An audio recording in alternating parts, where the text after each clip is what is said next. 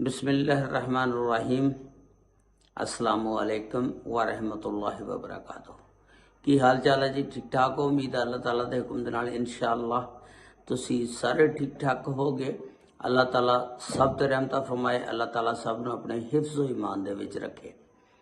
अज दे vlog दे विच मैं तुहानूं दसांगा कि दो नौजवान खूबसूरत पाकिस्तानी लड़कियां जिहड़ी स्पेन दे विच रहंदियां सी, लेकिन उहदे रिश्तेदार अजीज़ो अकारब उन्हां दी शादी पाकिस्तान करना चाहुंदे सी, लेकिन उन्हां लड़कियां ने शादी पाकिस्तान नहीं कीती ते अपनी जान दी कुर्बानी देती।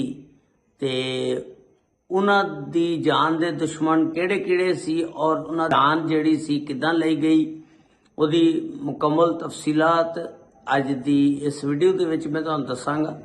लो जी, जे चैनल ते नवे हो तो चैनल नूं सबसक्राइब, लाइक और शेयर जरूर कर देना। तुहाडीआं मुहब्बतां दा बड़ा शुक्रिया। और नाल नाल घंटी दे बटन नूं जरूर दब देना ताकि जदों भी मेरी नवी वीडियो अपलोड होवे उहदा नोटिफिकेशन तुहाडे तक पहुंच सके। इस तरह तुसीं मेरे नाल जुड़े रह सकदे हो।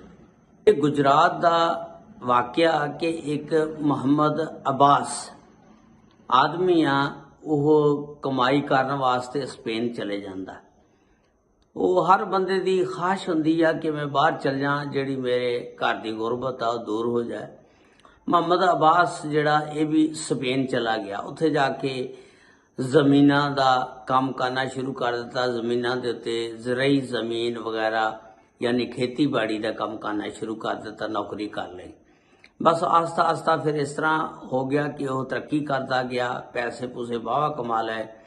तो फिर उन्हें सोचा क्यों ना मैं अपनी फैमिली नूं पाकिस्तान जिहड़ी रह रही आ उन्होंने भी अपने नाल शिफ्ट करा। उहदी बीवी का नाम अजरा सी, उहदे 6 बच्चे सी, जिहदे विचों 4 बेटे और 2 बेटियां। ते बेटियां का नाम अनीसा 24 साला, अरूज 20 साला। ते ये अपने बच्चों के सारियां दे कागजात बनांदा ते सारियां नूं उधर लै जांदा। ये बचपन की गल है, यानी जदों छोटे हुंदे आ सारे उत्थे ले जांदा, पढ़ांदा लिखांदा, बड़े हो जांदे ने। ते फिर उस तो बाद इन्हां दियां शादियां दा टाइम आ जांदा। जिस वेले शादियां बच्चियां जवान हुंदियां, वो 24 साला अनीसा, 20 साला अरूज, इहदे पाकिस्तान दे विचों चाचे ताए सारे कहंदे ने जी साडे लड़के नूं अपने कोल तुसीं बुला लो, अपनी लड़की का रिश्ता दे दो। इस तरह हर बंदे की ख्वाहिश हुंदी है साडा बंदा भी, साडा बच्चा भी जिहड़ा वो बाहर चले जावे। ते फिर वो अब्बास की भी ख्वाहिश सी, चलो यार मेरा भतीजा या भाणजा या कोई इस तरह ਉਹਦੇ ਨਾਲ ਇਹਨਾਂ ਦੀ शादी कर ਦਿੰਦੇ ਆ ताकि ਉਹਨਾਂ ਦੀ भी गुरबत ਜਿਹੜੀ ਆ दूर हो जाए। ਇਹ 2021 ਦੇ ਵਿੱਚ ਆਪਣੀਆਂ ਬੇਟੀਆਂ ਨੂੰ ਪਾਕਿਸਤਾਨ 10 ਦਿਨ ਵਾਸਤੇ ਲੈ ਕੇ ਆਉਂਦਾ ਔਰ ਫਿਰ ਇਹਨਾਂ ਦੇ ਕਜ਼ਨਾਂ ਦੇ ਨਾਲ ਇਹਨਾਂ ਦੇ ਨਿਕਾਹ ਕਰ ਦਿੰਦਾ। ਇੱਕ ਭਤੀਜੇ ਨੂੰ ਦੇ ਦਿੰਦਾ ਤੇ ਇੱਕ ਭਾਣਜੇ ਨੂੰ ਆਪਣੀ ਬੱਚੀ ਦੇ ਦਿੰਦਾ। वो 10 दिन रहिंदे ने, रह के ते पाकिस्तान चों लड़कियां फिर दोबारा स्पेन चल जांदियां। हुण स्पेन चल जांदियां, जिस वेले उत्थे जाके फिर कागजात तैयार करवाने सी, वो जिहड़े उन्हां दे शौहर सी ते जिन्हां वास्ते वो रिश्ते लए सी ते उन्हां दे कागजात डॉक्यूमेंट्स वगैरह सारे तैयार कराने सी। वो लड़कियां जिहड़ियां सी ना, वो उन्हां कागजां दे उत्ते साइन नहीं सी करदियां।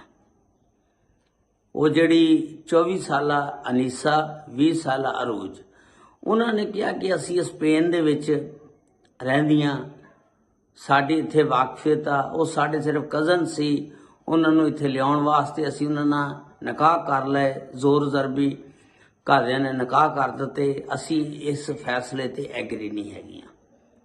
उन्होंने जी वो कागजां ते दस्तखत नहीं कीते। पिछों पाकिस्तान चों फोन जांदा उहदे चाचा दा हनीफ दा कि बच्चियां ये कागजां ते साइन क्यों नहीं करदियां, तुसीं साडे बच्चियां नूं जिहड़े पाकिस्तान रहिंदे ने इन्हां नूं स्पेन क्यों नहीं बुलांदे ताकि निकाहनामे जिहड़े कागजात ने तैयार कराओ इन्हां नूं भी बुलाओ। ਉਹ ਆਉਂ ਬਤਾਉਂ ਕਰਦੀਆਂ, ਟੋਲ ਮਟੋਲ ਕਰੀ ਜਾਂਦੀਆਂ ਤੇ ਸਾਈਨ ਨਹੀਂ ਕਰਦੀਆਂ। ਤੇ ਫਿਰ ਉਹ ਜਿਹੜਾ ਅਬਾਸ ਦਾ ਭਰਾ ਹਨੀਫ ਆ, ਉਹ ਕਹਿੰਦਾ ਕਿ ਬੱਚੀਆਂ ਨੂੰ ਤੁਸੀਂ ਲੈ ਕੇ ਪਾਕਿਸਤਾਨ ਆਵੋ। ਉਹ ਫਿਰ ਅਬਾਸ ਜਿਹੜਾ ਉਹ ਤਾਂ ਪਾਕਿਸਤਾਨ ਨਾ ਆਇਆ, ਉਹਨਾਂ ਦੀ ਮਾਂ ਜਿਹੜੀ ਆ ਉਹ ਬੱਚੀਆਂ ਨੂੰ ਲੈ ਕੇ ਪਾਕਿਸਤਾਨ ਗੁਜਰਾਤ ਆ ਜਾਂਦੀ ਆ।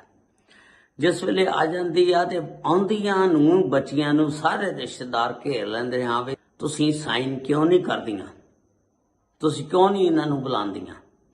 ਉਹ ਅੱਗੋਂ ਕਹਿਣ ਲੱਗੀਆਂ ਕਿ ਅਸੀਂ ਇਹਨਾਂ ਲੜਕਿਆਂ ਦੇ ਨਾਲ ਸ਼ਾਦੀ ਨਹੀਂ ਕਰਨਾ ਚਾਹੁੰਦੀਆਂ, ਸਾਡਾ ਜਵਾਬ ਆ, ਇਸ ਵਾਸਤੇ ਅਸੀਂ ਸਾਈਨ ਨਹੀਂ ਕਰਨੇ ਤੇ ਨਾ ਇਹਨਾਂ ਨੂੰ ਅਸੀਂ ਲੈ ਕੇ ਜਾਣਾ।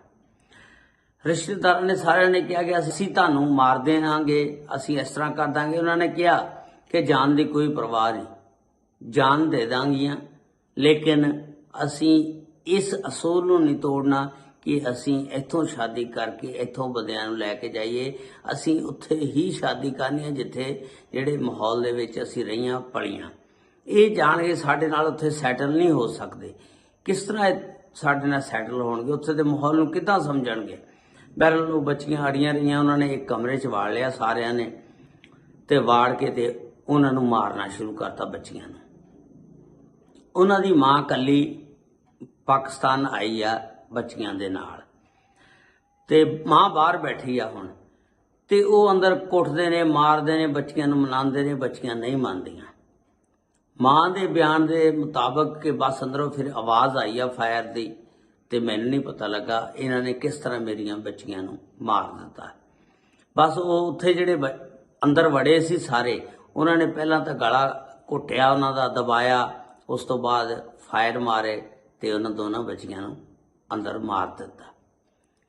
ਉਸ ਤੋਂ ਬਾਅਦ ਪੁਲਿਸ ਆ ਜਾਂਦੀ ਆ।